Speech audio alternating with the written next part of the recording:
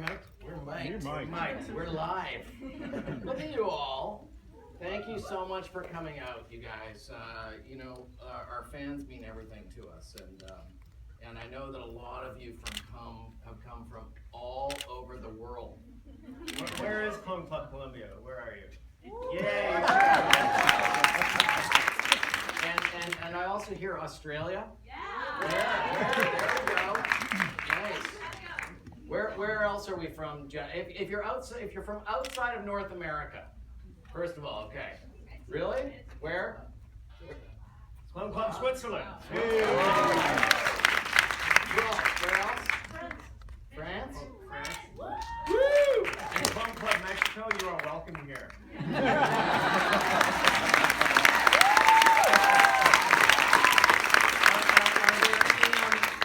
Anyone else from out of the country? I'm from Denmark. Denmark. Yeah.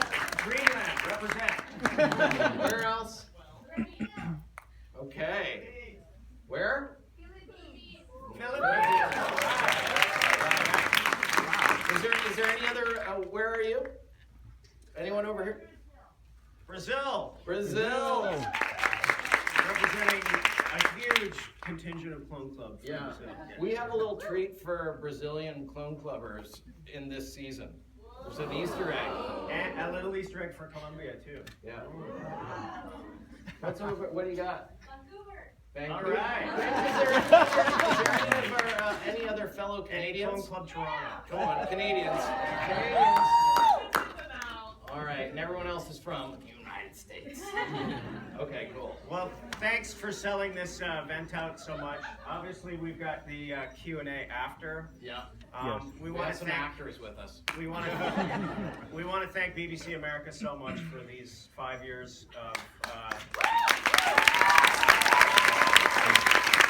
they believed in us, and they trusted us, and they let us go out our own way, which is it's a really big thing for us. It is, yeah.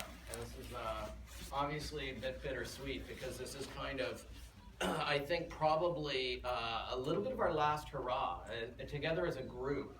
Probably the last time. So it's I think it's been an emotional few months, and this is I don't think a lot of us have kind of processed that this is kind of the end. Yeah. But anyway, so we're excited because we're all here as a family tonight. So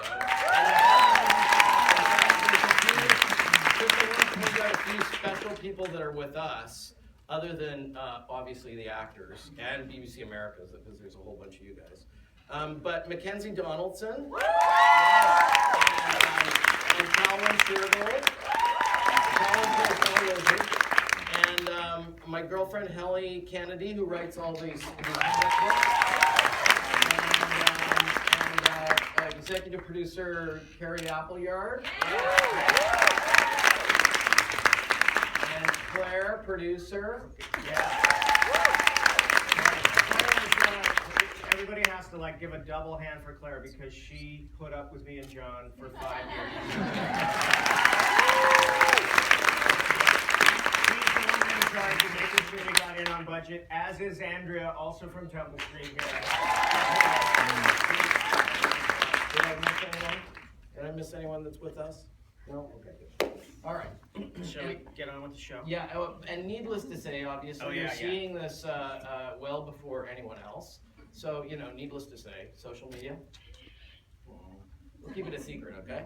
Yeah, no spoilers. Let everybody enjoy it fresh on Saturday night. Okay, and we'll see you guys after the show. Hope you enjoy.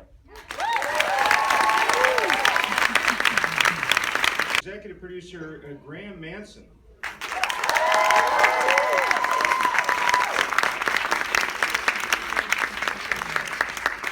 Executive producer John Fawcett. Kristian Bruun.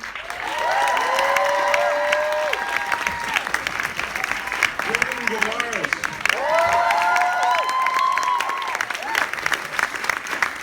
I feel like I should invite her up 12 times. Tatiana Maslany.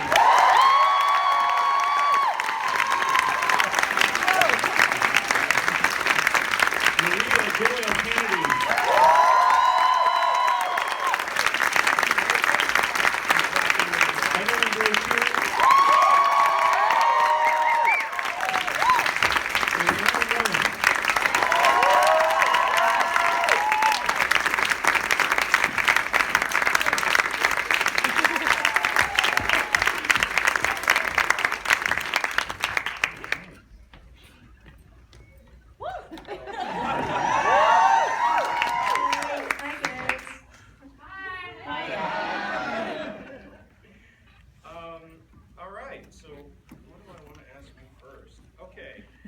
So about the episode.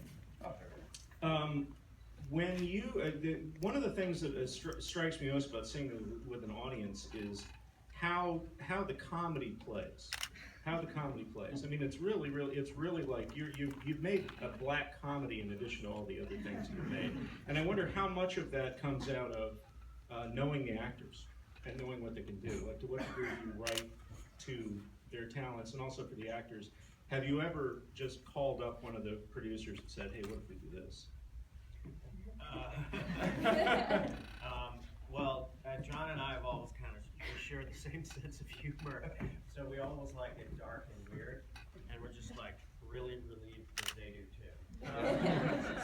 So the fact that they're really good at it lets us kind of run wild with that. Yeah, and also really talented, very quick. You guys are generally like some of our best one line, like some of the best lines, like Jordan writes them. Jordan. Like some of the best material comes in. Just let them do their own thing. You too, Kristian. They said that. It's very nice. They let us improv quite a bit, which is very, very rare for a television show to do that, because time is money and you don't want to waste any time and you want to get the script. But pretty quickly on in the game, Tat and I would have fun with Allison and Donnie coming up with just fun little outros and buttons to scenes and things like that. It's an industry term, buttons. But like, such a pro, but it's very rare to get that privilege in television, and it's really, you're starting to see it more though. You're starting to see shows that are semi-scripted and improvised with the actors, and all the variances. And I think producers are starting to realize, and directors and writers and showrunners are starting to realize that you can come up with some great stuff on the fly with some of these people who really delve into the characters and really know their characters. And you also have to be brave enough to throw some stinkers out there that don't land, and you know that you're safe. It's not live. You're not on stage. It can be edited. And But right now Edit you're the not shit safe, out of it. Chris. yeah, I'm not safe. I am not safe. I'm so nervous. Flop sweats. Do you ever continue past rehearsing and actually acting the scenes that are written or that you're doing on set? Do you ever find yourself sort of messing around with the characters just for fun? You mean on set? Yeah. Oh, yeah. Yeah. Pretty constantly. Yeah. When you come up with something like that, so here's something that's always been just obsessing me, and I have you all here so I can ask you. but for Tatiana mainly, when you're playing a scene with multiple iterations of yourself, multiple characters, I'm looking at this thing and I don't think I ever really appreciated the level of planning and craft that's involved in that. But it looks like you've got doubles that you're talking to, like shots and reverse shots, and you've got some kind of compositing, and there's other scenes where you're cutting from one of you to the other. How does that work? What is that like? And also, how do you keep yourself oriented? It seems like it's like higher math or something. Yeah, I mean, I've got an incredible clone double whose name is Catherine Alexander.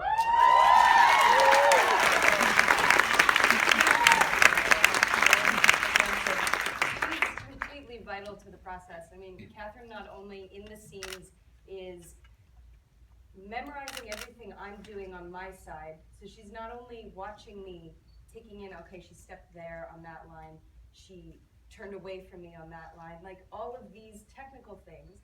She's also going, oh, she's giving me this emotion or this read on that line, and like she's clocking the emotional things that I'm doing.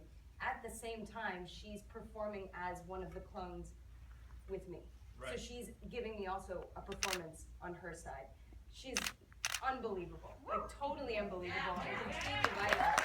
And speaking of like improvising, these clone scenes are often the most technical, the most kind of heady days. The day is sort of dictated by the shots and the technical sort of, whether the techno-dollies are our buddy or the worst, but usually the best. But it's a very technical thing, and yet Catherine and I, because we've grown this relationship where we completely share these parts. She'll improvise stuff, throw stuff at me during very technical clone scenes, and I'll go like, that was awesome, I'm stealing that from my side. So Helena's line Don't Let the Bedbugs Bite in season 2, thank you. The like camping farting scene. She improvised that, and we're like, that's genius. You know the characters, beautiful, we're gonna use it, and that was totally her improvised line. Do you work your way through a scene sequentially? Because if you're working like that, I would imagine if you get deep into a scene and you come up with an idea that changes something earlier in the scene, you'd have to redo it, and you're shooting so fast, that's probably not feasible. Yeah, I don't know. We kind of rehearse, we've got a pretty good sense of the structure of the scene, and then within that structure you can play around with nuances, but it is, it's written beautifully, and it's written with a direct sense of where it's going, so we adhere to the script, while kind of playing around within it. Yeah, there's usually, when we're doing clone scenes, generally speaking, if we're doing a shot that has two of them in the same shot, or 2 or 3 of them in the in the same frame, we'll shoot it kind of like a master in a way. So there'd be like a group shot that shows all 3 of them, and then that's very, very technical. But then we have to shoot coverage for that too. So that gets broken down into kind of close-ups. That's generally Tat over Catherine, or some version of that. Within that, there's a little bit more freedom to kind of improvise and be a little bit looser with the dialogue, and we explore a little bit more within that, as long as it kind of continues to match into the wide shot. So, and from an informational standpoint, I guess that means that, like, you have in a certain scene, you've got to deliver this, that, and the other pieces of information, and as long as you're delivering those, you have some latitude? Yeah, we like to play generally. Yeah, but we stick to the script. It's scripted. It's super scripted. Right. Yeah, but this crazy person improv'd with herself in the dining scene, in the dinner scene.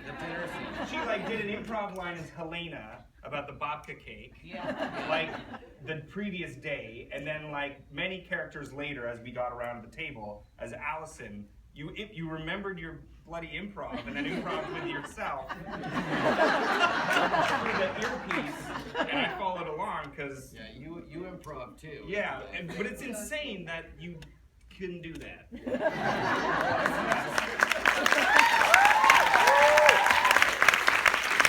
But it's cool that I don't think any improv would have been found in a clone scene in the first season, but No. as we got because it was so scary, but we got to a point where that was possible. Yeah. We didn't even have a blooper. No, first season was a scream of Terror. Yeah. Well, on that note, the scream of terror, one of the things I'd love to ask folks who make these television shows that we love so much is, was there a point during production of, say, the first season or the first episode or whatever, where you said to yourself, okay, I think this could actually work. I think we may have this. We got it. There was for John and I. Oh, for sure, absolutely. It was episode 103 at the end when Sarah steps in, and for the first time we see Cosima, Allison, and Sarah together. And that's when John looked at me and was like, I think it's gonna work. And there was a beautiful scene in that episode where Sarah meets Cosima for the first time in the bar. And I remember, because I wasn't the director of that episode, it was David Frizzy, and he had shot this beautiful scene between Sarah and Cosima, and there was a shot, the 2-shot in the mirror, and I remember watching it going, oh my God, like, I'm completely lost in this. I've completely, it's 2 completely separate characters, and really, like, because we weren't sure. I think there was a little part of us that wasn't sure going in whether people were going to buy this or not. And then we were like, hey, I bet people are gonna have favorite clones. What about y'all? Was there a moment like that for you? means you all. I'm sorry, I'm from Texas. I think for me, the first Comic-Con, when we were like, whoa, people have seen this show, and people are dressed in cosplay, and Nerd HQ. Yeah, Nerd HQ is Was anybody there? When you sang Taylor Swift. Nobody was there. Yeah. I think Yes. Jordan sang Taylor Swift. That really I think sealed that the was. deal. Wow. I'd forgotten about that / repressed it. Thank you all for that. But it was Nerd HQ. Yeah, it was just because like the whole first season we were shooting in the middle of winter in Canada. So I think that there's just something about that that's, I don't know, you just create it in a vacuum and you're kind of like, this is a really cool art project that my mom and her bridge club is going to see. And didn't think for a second, she doesn't have a bridge club. Didn't think for a second that anybody was actually going to watch the show. And then all of a sudden we walk into this theater or this stage in Petco Park. I had no idea what Nerd HQ was. None of us, I had been to Comic-Con before, but on a very small scale. And we just kind of got hit with this wave of fan energy or something, and then we all kind of choked up on the stage because, I don't know, it's just amazing to think that a work of fiction has moved people. That's pretty amazing. Oh yes. I knew. Because I came in the second season. And I had already watched the first season and was already a huge fan. And so, me coming in, I knew how lucky I was to be a part of it. And I knew I had to step up my game to match it. When you told your friends and family, I'm going to be on Orphan Black, what was the reaction?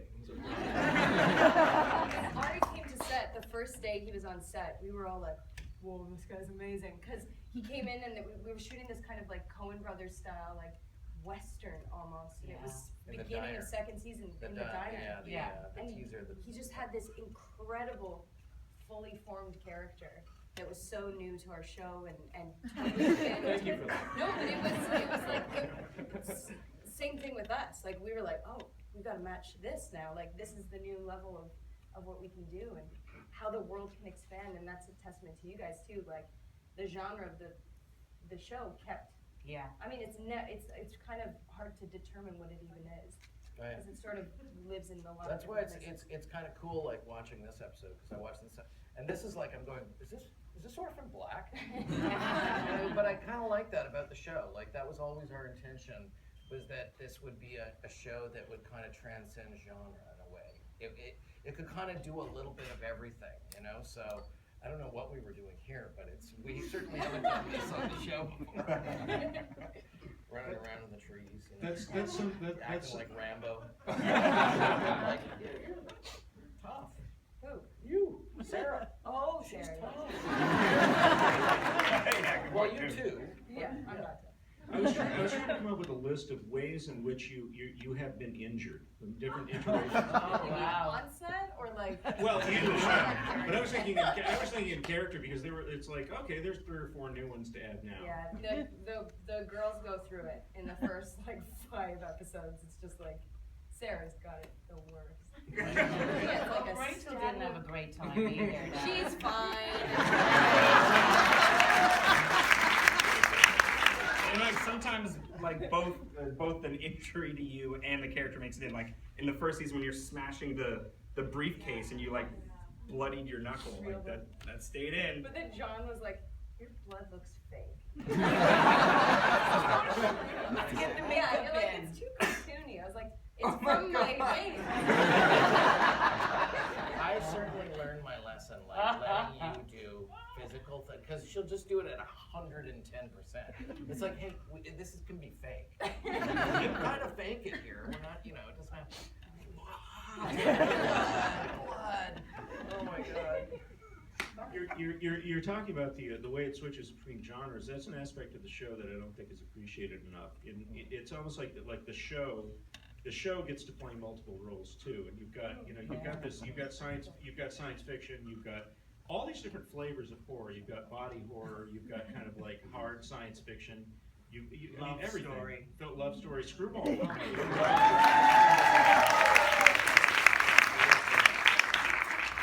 And paranoid thriller is a big part of it. We were talking about that a little earlier. Family drama. Family. That's true. I think it transcends genre, but it also transcends the blocks in which female identity are locked in. Yeah. Thinking of the genres sort of explodes that notion in a metaphorical way. Right. It does. It does. And that's. Can we talk about that for a second? Because like just in this episode alone, there are several different, I guess you would say, big issues that are addressed, but they're addressed in an Orphan Black way, which is very sort of light on its feet.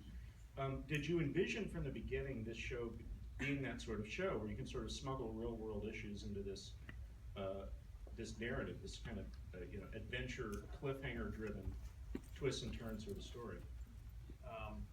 Yeah. Yeah.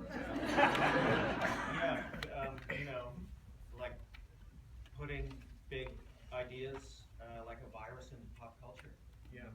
Big time. And we particularly lean on our science advisor, Cosima Herter, the real Cosima. She really keeps it smart and tough. What when fans talk to you about the show, I mean, it's readily apparent that this is a very deep relationship that fans have with the show. What do they say to you beyond, "Oh, I love the show"? I mean, what do they see? How do they see themselves in the show? There's been a number of times at different conventions where a fan has said that the representation, and I mean in many different forms, but especially in terms of the LGBTQ community.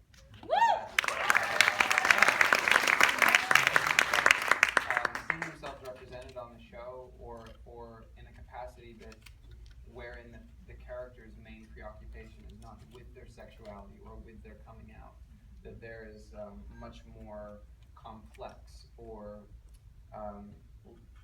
textually layered component of themselves or their prescription they're exploring, or just that the stakes are higher than the fact that they're going to be coming out or sorting through singles on Tinder.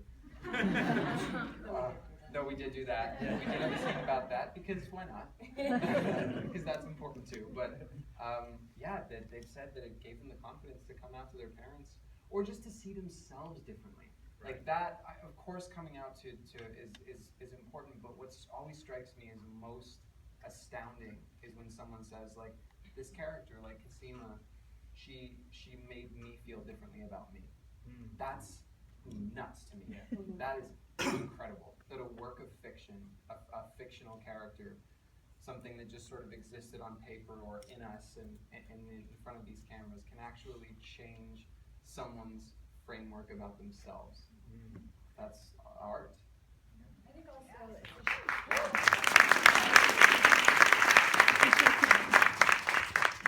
brings me a lot of joy is that it's a show that celebrates outsiders, and because it's so popular, it makes you feel that everybody in a way feels like an outsider, and this show draws everybody into the inside.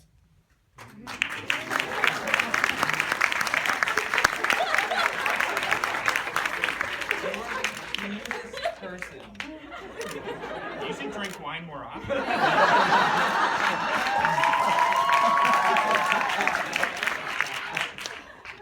I think it's really important just for some people just kind of come out of the box kind of fully formed. They just hit their teens and they just know this is who I am and what I like.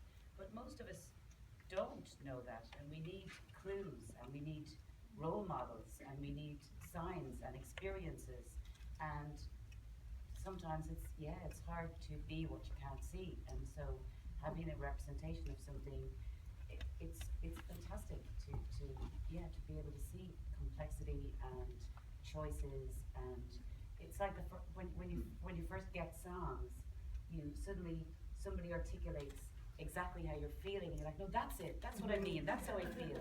So that's what people have said to me about the show. They go, no, that's it, I'm all of that, not just this small.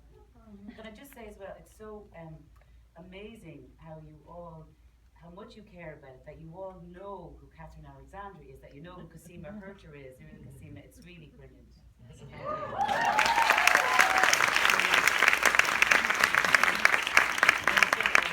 Hanchard is, and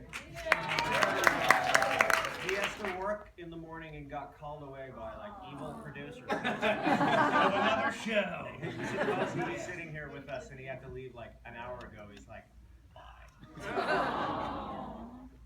We miss him already. We do? So, speaking of the fans, would it be all right if we took a few questions? Yes.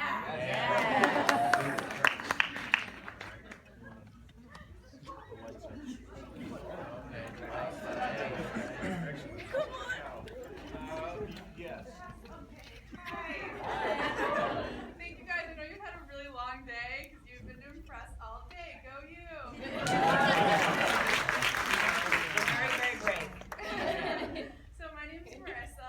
I'm an acting major here in New York at Pace University. Nice. And I've looked up to actors my entire life, starting really young. There is no one I will ever look up to more than you, Tatiana.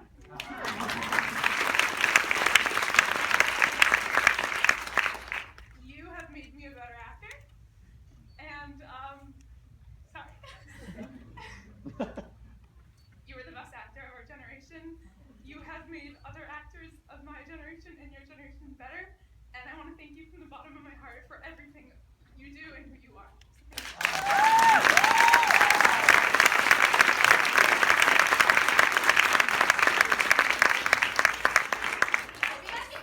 That being said, how do I be you? No, I'm just kidding. You do this thing, and specifically in a scene with, let's say there's two sisters, Sarah and Cassima, for example. Let's say in the morning, this specifically when you're filming, you're playing Sarah, and I'm interested because from an audience perspective, we see Tatiana. Once we get over the fact that it's you up there, we see Tatiana like showing this undying love for Cassima, and for you, you're looking at Catherine, and so what I'm interested in is, do you see Catherine as the other clone, and then how do you flip that and flip your objective and be like, oh, and now I have to look at her playing Sarah. So I'm interested in how you like switch your brain. And like, and also like you've talked so much about not being in your head, and so maybe is it that? Like, 'cause you just with your improv and everything you do.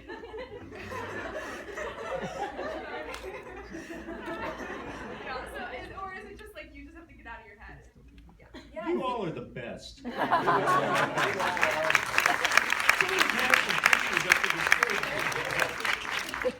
think the getting out of my head thing, and I'm very fortunate. Now I'm gonna cry too. I'm very fortunate that Catherine is my sister. Like, she embodies all the things that Cassima and Sarah share, which is like, I need you. I could never do this without you.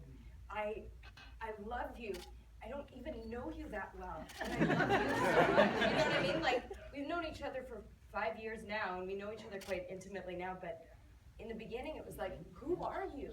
And that was what Sarah was going through, and that's what Cassima was going through. I think using how you feel about your scene partner is vital, and so it's a joyful thing to get to do. Whatever that is, it doesn't have to be positive. It doesn't, things can look like something even though they're the opposite. They always say like love and hate can, look like, or hate can look like sexual attraction or something.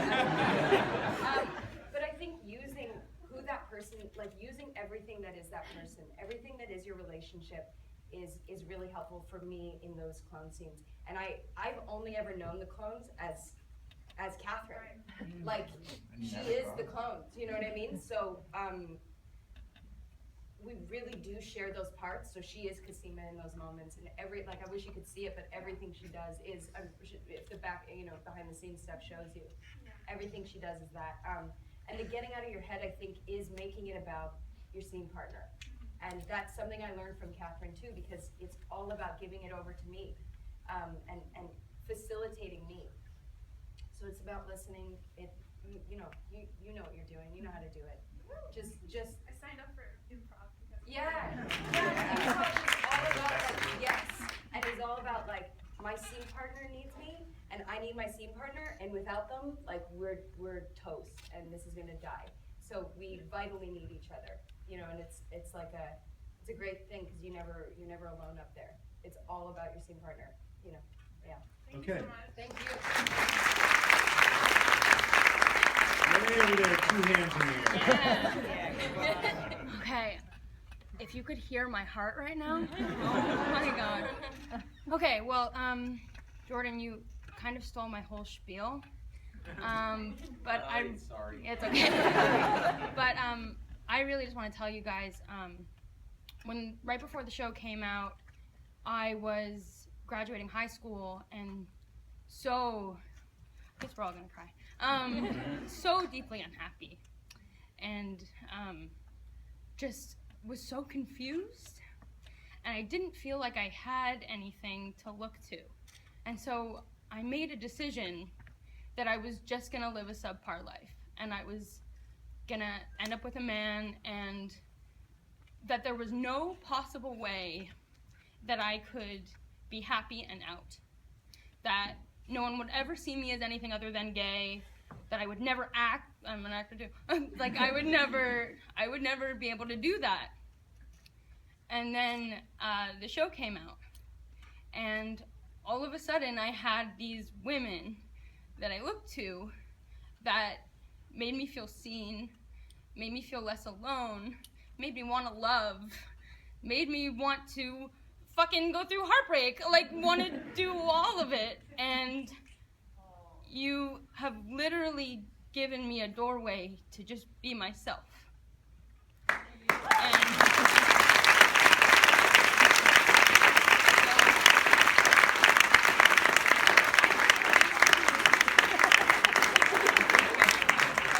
From the bottom of my gay ass heart. That's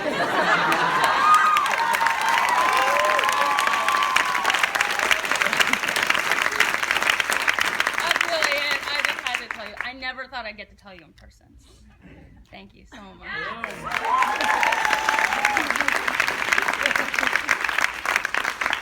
Oh, we're gonna need more Kleenex.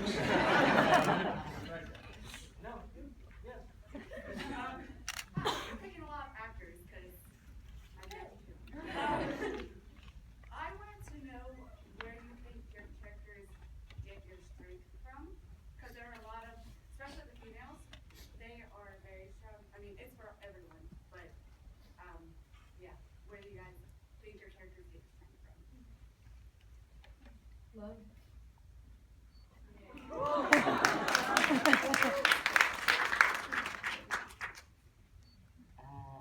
Yeah, love.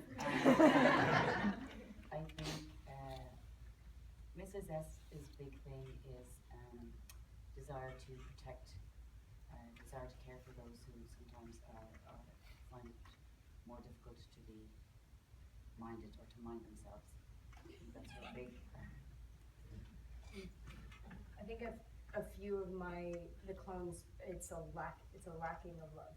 It's like like with Helena, it was a recognition of, there was a lack that she was trying to fill with the, her strength is specific. I don't even know what her strength really is, but in terms of her fight, it was a lack. It was like a lacking in her. And I feel like that with Cosima too, there was like a real need for something that wasn't filled. And Sarah too, like it's the whole reason she pushes everybody away, pushes away the notion of family, and pushes away the notion of motherhood, because she's just like, I don't deserve this, I don't recognize this, I'm not worthy of it. So I think it's, but at the base, love, for sure. Mm-hmm.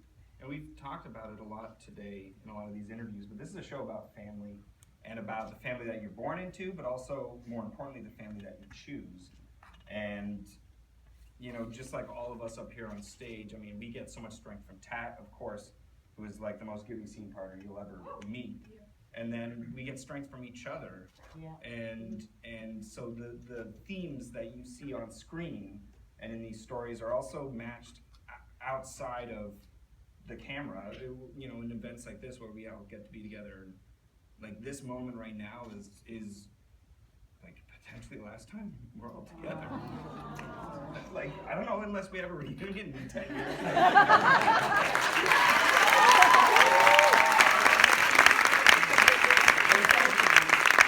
We have Los Angeles and everywhere, all over the world now, and it's like, we're not gonna have this anymore. We'll have a reunion. Yeah, we're dropping like flies up here. I think when you think about the show as well that gives us all strength and gives strength to the show is the desire by Graeme and John to address that they have a notion of addressing injustice or disparity or giving a voice to or representation to those who are not represented or voiced so much. So that in itself is a strengthening impulse and just a kind of honorable notion. Yeah. I think too, like what's, even though we're all gonna go our separate way, we're not gonna go our separate ways, but we're gonna we'll move on to other projects and things will change. We've been asked so many times about the legacy of this show, and I guess it's just, I've been thinking a lot about it lately, this idea of imploring everybody who's a fan to this show to really carry the message with you long after the show is off of the air, long after this season is done, that women are complex and of value, that being any kind of deviation or minority is not, you're not the sum total of that human beings are complex and valuable and interesting, and that we can love each other the way that these characters loved each other. It is possible. So I guess I've just been thinking a lot about the legacy of the show that way. And if it's possible that, other people have been moved by this fiction, these characters, then we can continue to move ourselves that way.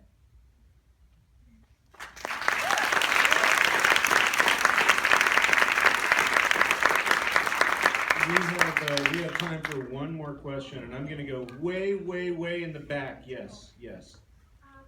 We will all clearly miss the show, and I can tell that you'll all miss each other and working with each other. What else will you miss the most about working on Orphan Black?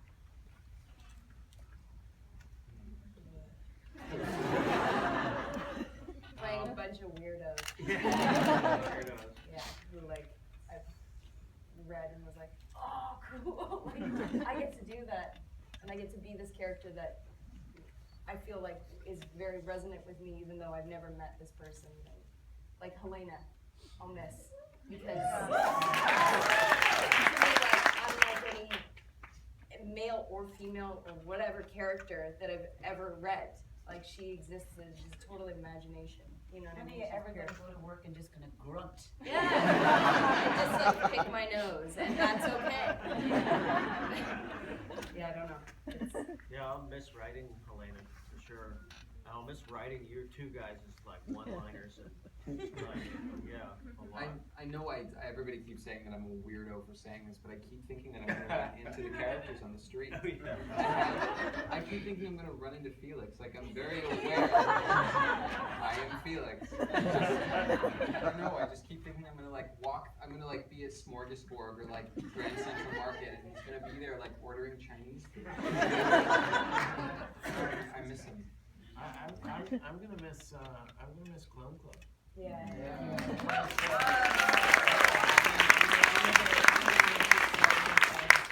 By the time the shows air, I've been in the minutia personally of post-production and know these episodes I've seen them way too many times, so that I'm not that excited about watching them on the air. I'm excited about watching the social media and watching how people are responding to them as they're airing, and that's so cool.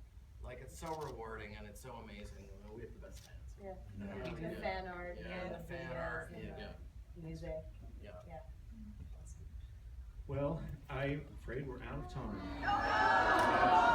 We are going to be interviewing. I'm going to be interviewing Asia Kate Dillon from Billions. What an incredible performance that is. I hope you'll join us for that. And I want to ask for one more round of applause for BBC American.